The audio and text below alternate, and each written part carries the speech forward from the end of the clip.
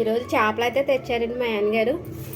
మా పెద్ద పిల్ల చేపల అనేసి అంటుందనేసి 2 కేజీలు చేపలు అయితే తెచ్చారు. ఇవైతే బాగు చేసేసుకోవాలి. 2 కేజీలు చేపలండి ఇవ్వండి. కొన్ని అయితే ఫ్రై చేస్తాను, కొన్ని అయితే కర్రీ అయితే వండుతాను ఈరోజు.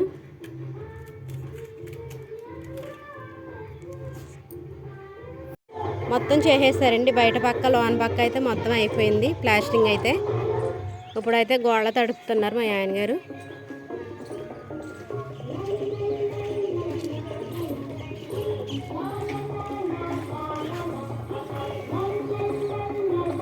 సూప్తో తడపపోయావా?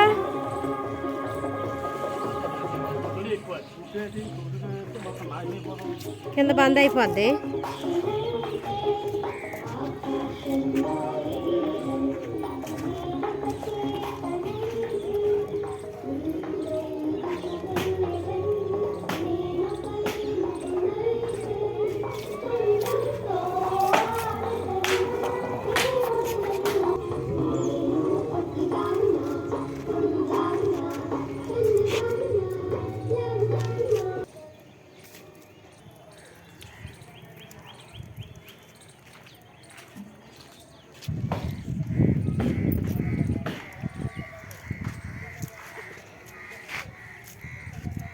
అలా పోతాం కాదు, గోడ మీద నుంచి పోసుకుంటా వెళ్ళు, తడదు అలాగైతే.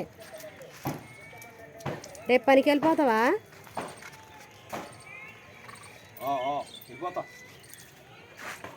ఈ వారం రోజులు పనికి వెళ్ళలేదు.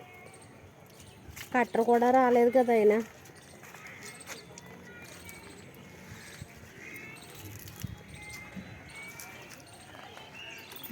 ఆయన రాకపోతే నువ్వేం చేస్తావులే.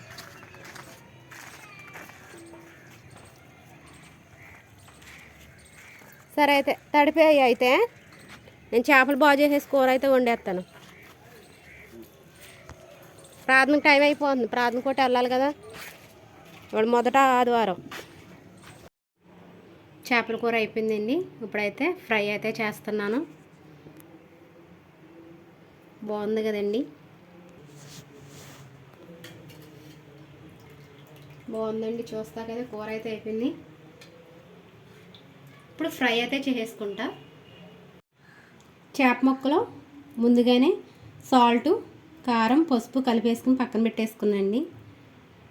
వేయించుతాకి సన్నగా అయితే కోపించుకొచ్చారు. ఇవైతే వేయించేసుకుంటా. స్టవ్ మీద నూనె పెట్టేసుకున్నాను. ఇంకా వేడెక్కలేదు. వేడెక్కేసిందండి. చేప ముక్కలు వేసేస్తున్నా.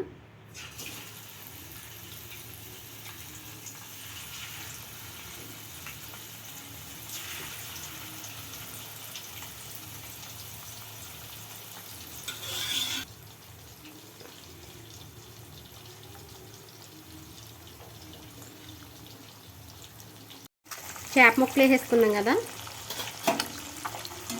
కొంచెం ఈ పక్క తిప్పుతాము. ఒక పక్క వేయగలి కదా కొంచెం.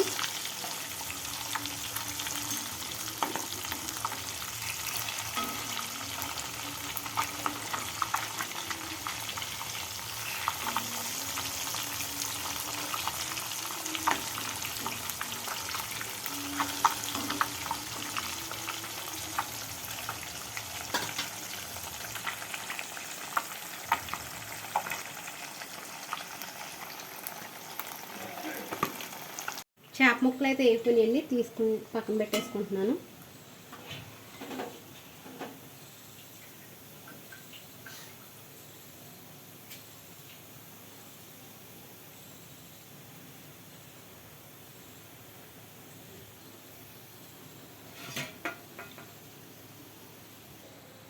ఇవి కూడా వేసుకుందాం.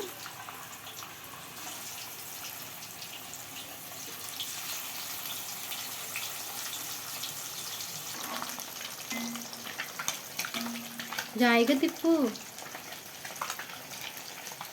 విడిపోద్ది. తీసి అవి కూడా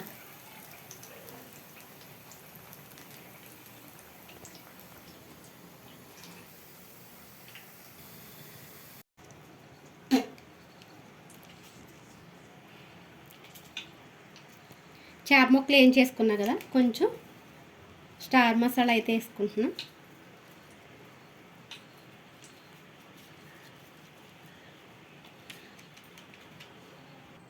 స్టార్ మసాలా వేసుకున్నాం కదా, ఇప్పుడైతే కొత్తిమీర అయితే గార్నిష్ చేసుకుంటున్నాం. అయిపోయిందండి చేప ముక్కల వేపుడి. చేపల వేపుడు అయితే చేసేసుకుందండి. చూడండి బాగుంది కదండి. సింపుల్గా చేప ముక్కల వేపుడు అయితే చేసేసుకున్నాను.